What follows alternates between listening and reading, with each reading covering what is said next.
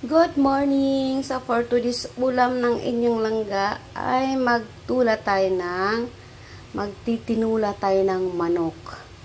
So ayan, native na manok. So syempre, meron tayong native na manok galing sa province. Papaya, dahon ng sili, at ating mga ricado. Ayan. Panggisa, sibuyas, bawang, luya, at saka tanglad. Siyempre, of course. Ayan, nagpainit na tayo ng ating kawali. So, ilalagay na natin yung ating bawang.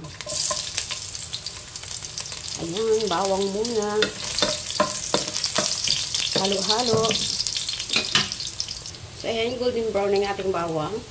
Lagay na natin yung sibuyas, luya, at saka yung tanglad. Ayan.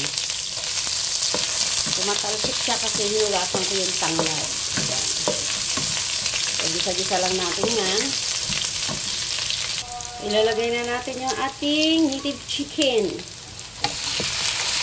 Ayan. Halo-haloin lang natin yan.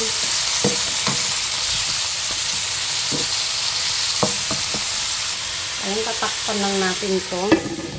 Balikan natin later. So, ayan, check na natin kung okay na. Ayan. Kung okay na yung ating chicken. Ayan. Lumabas na yung kanyang sardine oil, mantika. Hindi na natin siya lagyan ng water. So, ayan, water na malamig lang ang nilagay ko. Galing sa gripo kasi wala akong mainit na tubig. Ayan. So, ayan. Hayaan na lang natin ulit na kumulo. Balikan natin later.